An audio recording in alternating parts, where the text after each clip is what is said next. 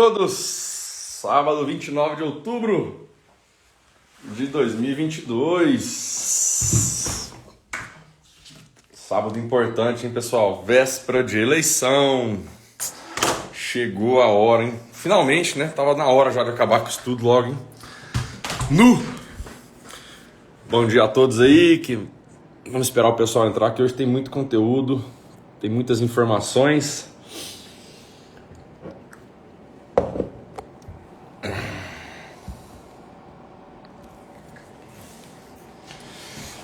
Vamos lá, galera, 29 de outubro de 2022, último sábado aí do mês, fechamento de mês, véspera de eleição.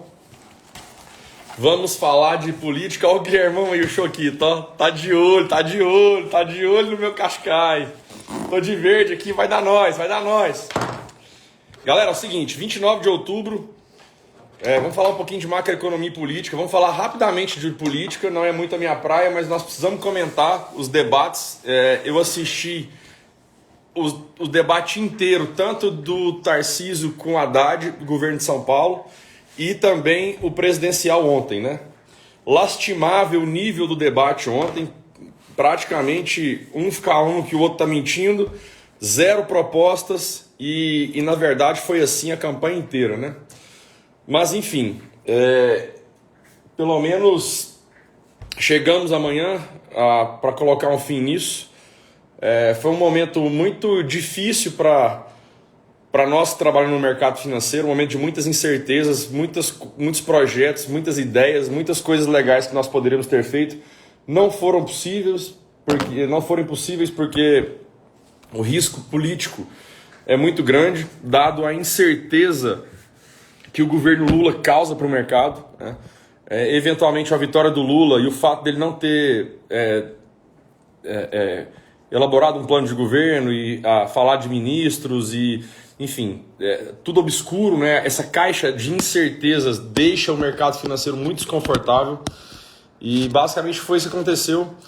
Eu tive que me privar de várias operações, de várias ideias e, como eu estou falando para vocês, estou feliz que chegou ao fim. Tô triste pelas pessoas queridas que de forma intolerantes ou de maneira intolerável, sei lá como é que fala essa palavra, ou seja, de não conseguirem tolerar-se umas às outras, a ideias diferentes, acabaram afastando de nós, acabaram afastando de outras pessoas e eu não fiquei satisfeito com isso. Acho que escancarou aí o nível de inteligência emocional de muitas pessoas. E essa intolerância é algo que veio para escancarar a necessidade que a gente tem de evoluir, de buscar evolução como seres humanos, né? Bom, hoje eu estou de verde, todos vocês sabem que meu voto é Bolsonaro, é 22. Eu não acho nunca que o Bolsonaro deveria ser o nosso chefe de Estado como pessoa física, né? É lastimável, né, ter uma pessoa desequilibrada emocionalmente como chefe do Poder Executivo, como chefe de Estado para nos representar a nível mundial e tudo qualquer coisa que outra seja. Entretanto, quando você tira a pessoa física da frente e vê o que fica por trás, você vê o que vai sobrar. Aí você sobra um Guedes da vida, você sobrou um Tarcísio da vida, você sobrou um Pontes, você sobrou os outros ministros que foram técnicos, que foram na maioria acertados. E isso não só eu, como todo o mercado financeiro e o mundo reconheceram tecnicamente, os números estão aí para provar. Meu partido político é o PIB, né? E se pudesse escolher um presidente seria Paulo Guedes, que definitivamente deu um show na economia. O Brasil vai crescer em 3%, mais de 3% esse ano. Periga crescer mais que a China agora soltou um crescimento ali acima de 3% também. Então tá pau a pau com a China ali, talvez algo inédito em 42 anos. Mas, Henrique, todos os defeitos e toda a ruindade do Bolsonaro, eu falo, olha, eu não vou ficar aqui igual as campanhas políticas defendendo fake news ou condenando fake news. Eu vou fazer o seguinte, e aqui eu quero deixar meus argumentos de paz para todo mundo que vota no PT, e dizer que você é amado, e dizer que eu te tolero e que a gente pode conviver junto, mas a minha linha de argumentação até hoje não foi quebrada. Todos os defeitos do Bolsonaro, todos os defeitos da família deles, os que foram provados e os que não foram provados, Eu vou assumir que todos são verdadeiros e ainda assim não faz cosquinhas no mal, no número de vidas que a corrupção do PT, o mal que a corrupção do PT fez para as diversas mil vidas, milhares de vidas do nosso Brasil. Então não tem jeito de comparar, né? Então quando você compara duas coisas ruins, se a gente fosse levar para uma balança, né, o mal que o PT fez para o Brasil é infinitamente superior aos males que eventualmente se possam colocar na conta da família Bolsonaro. Eu não vou aqui ficar defendendo, por exemplo, o orçamento secreto, se teve ou se não teve. Ontem, inclusive, nós vimos aí o maior ícone da educação financeira, chamado Thiago Nigro. Finalmente ele se posicionou, né? Parabéns, Thiago Nigro. Ele fez uma live com o Bolsonaro e ele perguntou objetivamente: Bolsonaro, explica para uma pessoa de 13 anos de idade entender sobre o orçamento secreto, teve ou não teve? E o Bolsonaro falou: olha, são 19 bilhões de reais, isso fica na mão do Congresso. Eu vetei o orçamento, eu não concordei com isso, eu vetei esse orçamento, mas o Congresso derrubou o meu veto e passou para frente. Quando ele passou para frente, os deputados têm acesso a esse recurso, não sou eu. Inclusive, se eu tivesse acesso a esse recurso, eu não deixaria que esse recurso fosse para a mão de deputados do PT. E aí tem vários deputados do PT que botaram a mão nesse dinheiro. Então, eu não vou nem ficar condenando se isso é assim mesmo ou se ele deixou de ter algum tipo de culpa em relação a isso. Eu quero falar o seguinte: pode pôr os 19 bilhões na conta do Bolsonaro. E multiplica por 4 ainda, vai dar 80 bi. Não faz cosquinha. 80 bi não faz cosquinha na corrupção do PT, no tanto de vida que ele tirou de milhares de brasileiros pelo desvio de dinheiro, pela má gestão. Só na Petrobras foram 900 bilhões de reais de rombo, fora o Correios, fora fora a Caixa, fora o BNDES. Ou seja, é que eu estou falando, eu não vou ficar aqui defendendo ou combatendo fake news ou não. Eu simplesmente não consegui encontrar nenhuma pessoa até agora que vote no PT para me quebrar esse argumento. Todas as pessoas que me escutaram, que a gente debateu de maneira civilizada e que chegou até esse momento, ou elas perderam o equilíbrio emocional ou elas mudaram o tópico do assunto. Tá? Inclusive essa posição é a mesma de Gustavo Cerbasi. Veja as pessoas que eu estou modelando. Gustavo Cerbasi, Thiago Nigro, as maiores referências de educação financeira do Brasil. Então, estamos falando a mesma linguagem. Tá? Nós estamos transformando isso, deve ser por competência do ofício, né? Nós temos a capacidade de transformar raciocínio em números. Tá? E esse número de corrupção trilionária do PT, 2 trilhões de reais, devastaram muito mais vidas do que todos os defeitos da família Bolsonaro e de tudo que vocês podem imaginar, multiplicado por todos os anos de rachadinha, por exemplo, que vocês possam colocar na conta dele. Tá? Então essa é a linha de argumentação que eu sustento aqui o meu voto. A gente poderia ir para outra tese agora, que é a tese que eu falei de tirar a pessoa física da frente e ver quem que fica por trás. Quem que fica por trás do Lula? 15 pessoas que foram presas. José Dirceu, Gedel e por aí vai. Quem que fica por trás do Bolsonaro? Pessoas, Valdemar da Costa Neto, que também participou do Mensalão, do Petrolão, o Roberto Jefferson agora, que era do Lula, agora virou do Bolsonaro. Tá bom, tem pessoas que não prestam também. Mas como foi dito aqui também, tem Paulo Guedes, tem Tarcísio, tem o Pontes, tem a Tereza Cristina, ou seja, tem pessoas que tecnicamente produziram resultados. Aí você fala: Henrique, mas essa turma que está com o Lula agora, que está fazendo o L lá, você pega, todos eles já chamaram o Lula de ladrão. Então são pessoas que por algum tipo de favor e de pressão do sistema, que eu quero vomitar a hora que eu vejo esse sistema, faz com que eles estejam apoiando o Lula hoje. Então essa é a segunda linha de raciocínio. Então, primeira linha, financeira. Quando a gente bota na balança em dinheiro de corrupção, não tem como comparar a corrupção de um lado e do outro. Segunda linha de raciocínio, quando a gente tira a pessoa física da frente, tira Lula, tira Bolsonaro, vê quem que está para trás. Não dá para comparar também. Tá? E a terceira linha de raciocínio que eu quero compartilhar aqui, aproveitando a entrada do meu querido mentor espiritual, Pastor Nicolete. Existe uma situação espiritual aqui, gente. É uma doutrina. Aqui eu não vou falar da narrativa, porque eu acho muito pouco provável que o Brasil se torne uma Argentina e uma Venezuela. Aliás, é impossível o Brasil se tornar uma Argentina e uma Venezuela a curto prazo. Principalmente com os congressos que nós temos agora, que está bem centro-direita, está bem forte, né? Tá bem, no caso da vitória do Lula vai ser muito difícil de aprovar qualquer coisa, mas não tem como a gente negar que o Lula tem esse viés comunista e socialista. Basta você olhar um pouquinho de vídeo na internet aí e ver tudo que ele fez com o Maduro, tudo que ele fez com os países, as parcerias que ele tem com esses países que têm o socialismo e o comunismo instaurado. Tá? Então, eu não quero nem passar perto dessa ideologia, tá? Dessa possibilidade de se ventilar algum tipo de socialismo ou comunismo. Eu sou liberal, eu quero que a economia abra portas e que a gente tenha acesso a todos os lugares do mundo por iniciativa privada, porque claramente o Brasil, com esse tanto de gente improdutiva, com esse tanto de pessoas que não têm capacidade de ocupar as vagas de trabalho que tem existente por falta de incentivo na educação, por falta de qualidade técnica, nós precisamos de ter uma iniciativa privada para ajudar o Estado, que não vai ter verba suficiente para tampar esse gap de educação, de infraestrutura, de investimentos em todas as áreas que o Brasil precisa crescer. Então, claramente o Estado falhou e não tem orçamento suficiente para fazer o Brasil crescer rápido. Então não tem jeito, nós temos que ter iniciativa privada, e se a gente tem iniciativa privada, nós temos que ter uma linha de liberalismo que vai de encontro com as privatizações. E quem que está privatizando as coisas? O governo Bolsonaro.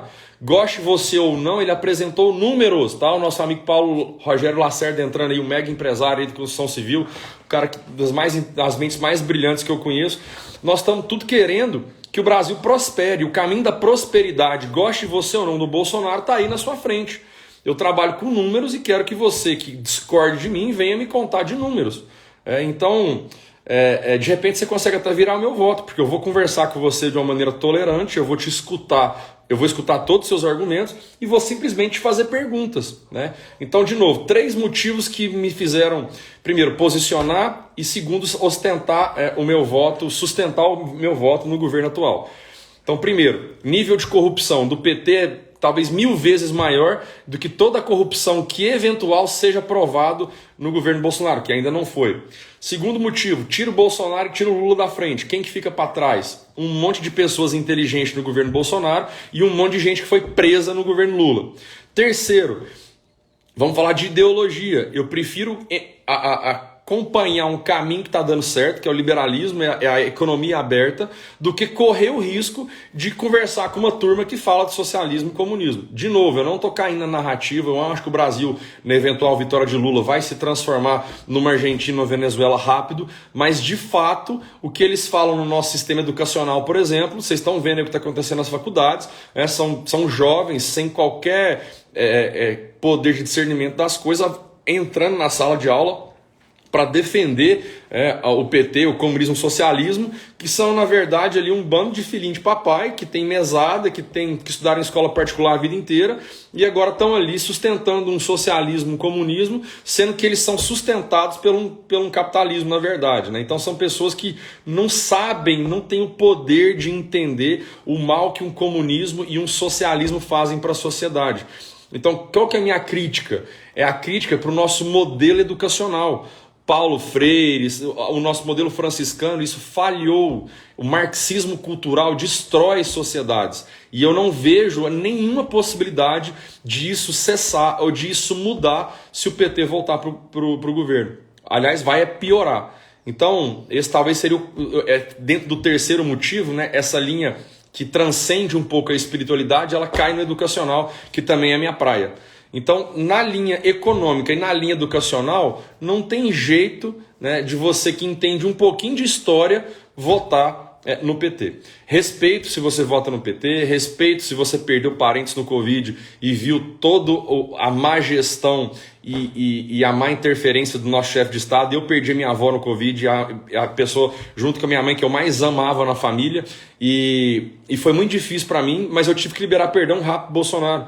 Porque eu tinha 2 opções, ou eu ficava com raiva dele e ficava querendo derrubar ele do poder, ou tirar ele do poder e aí voltar no Lula por causa de protesto, mas aí eu ia lesar muito mais vidas, ou eu libero perdão para ele, não deixo as coisas ruins que ele fez me abalarem, e vou conversar com o papai do céu e com a minha vozinha e falar, vó, eu vou ter que votar nele, porque se eu votar no outro eu vou ferrar muito mais vidas.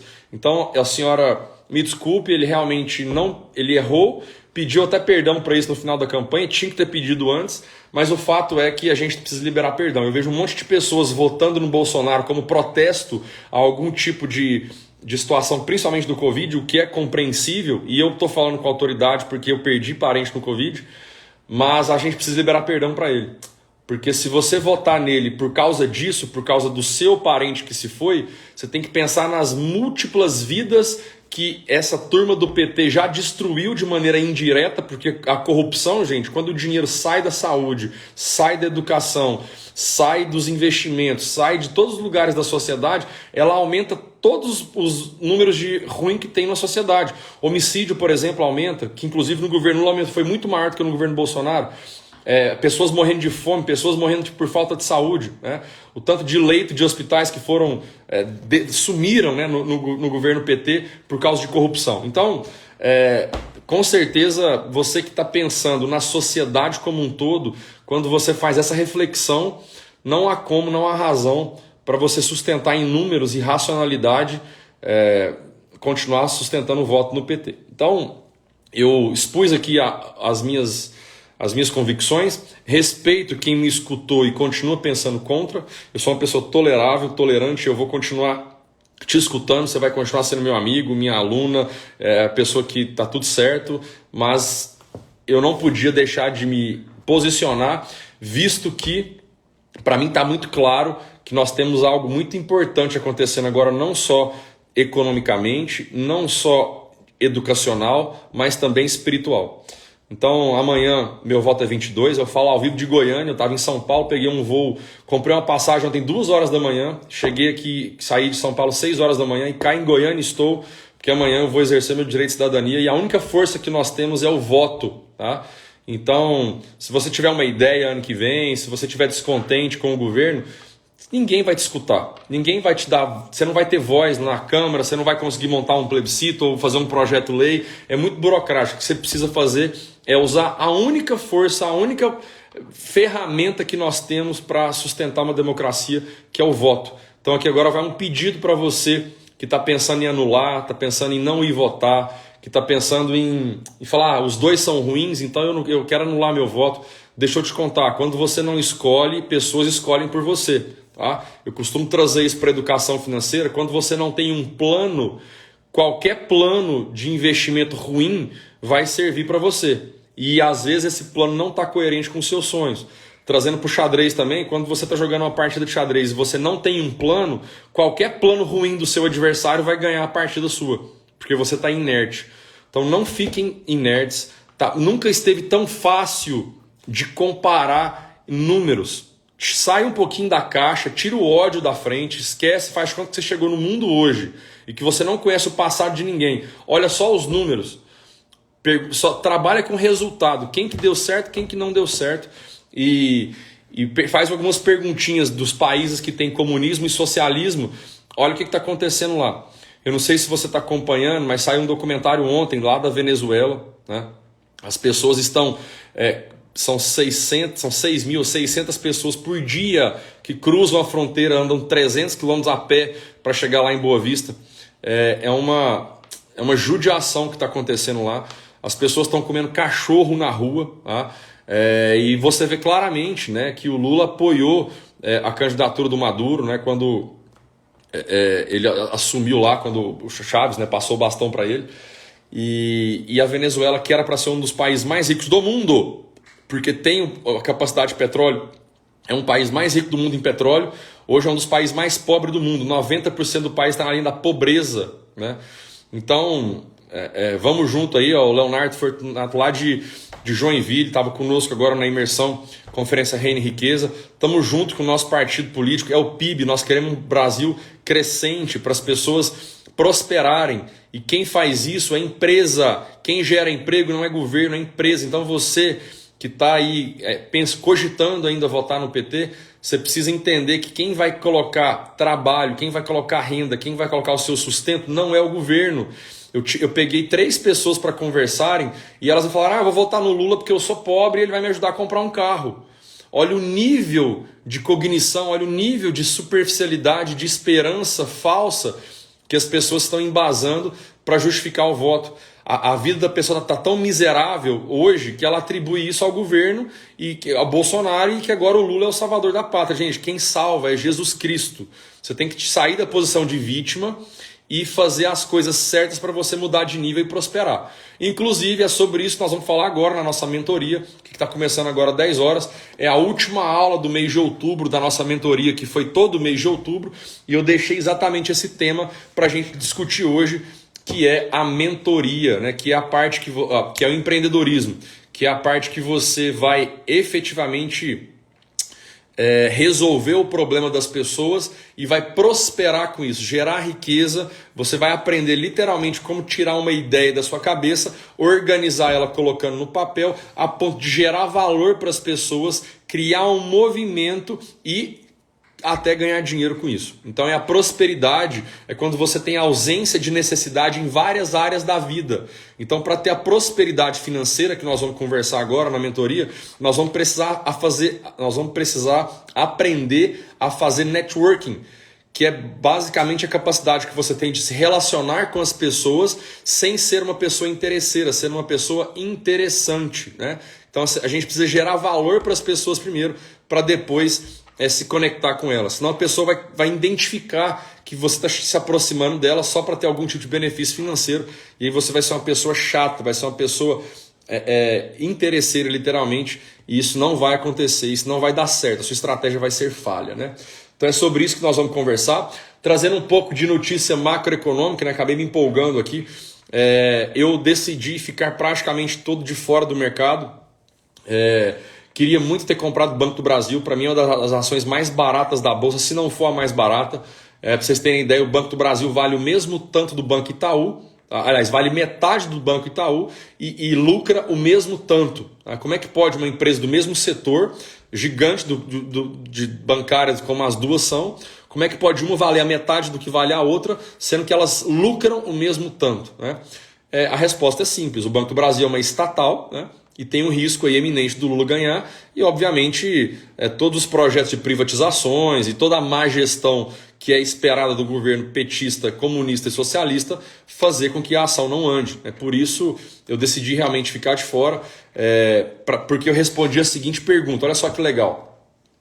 Se o Bolsonaro ganhar segunda-feira, o Banco do Brasil e a Petrobras vão explodir, que são empresas estatais. Isso vai me gerar uma frustração de ter ficado de fora do mercado enquanto o mercado está subindo e eu perdi essa alta. Isso vai me gerar um desconforto. Beleza. Entretanto, se eu comprasse Petrobras e Banco do Brasil e o Lula, caso o Lula vença a eleição segunda-feira, essas duas empresas iam despencar. E isso também me produzia um desconforto, porque eu estaria dentro do mercado com o meu patrimônio desvalorizado. A pergunta é, qual dessas duas possibilidades seriam mais dolorosas?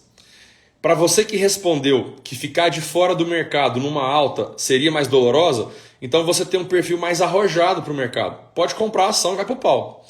Para você, assim como eu, respondeu que vai doer muito, você comprar um papel e ele cair muito e você está dentro do mercado, você é mais conservador. Então você deveria optar por ou comprar com uma proteção ou ficar de fora do mercado. Henrique, o que é comprar com proteção? É você usar estruturas de hedge, que é proteção em inglês do mercado. No mercado futuro, pode ser uma opção de compra, uma opção de venda, pode ser uma venda de contrato futuro. O que acontece? Os instrumentos de proteção no mercado estão muito caros, porque a volatilidade, que é o sobe e desce do mercado, foi tão grande nos últimos meses por causa da eleição, que fizeram com que esses instrumentos ficassem muito caros.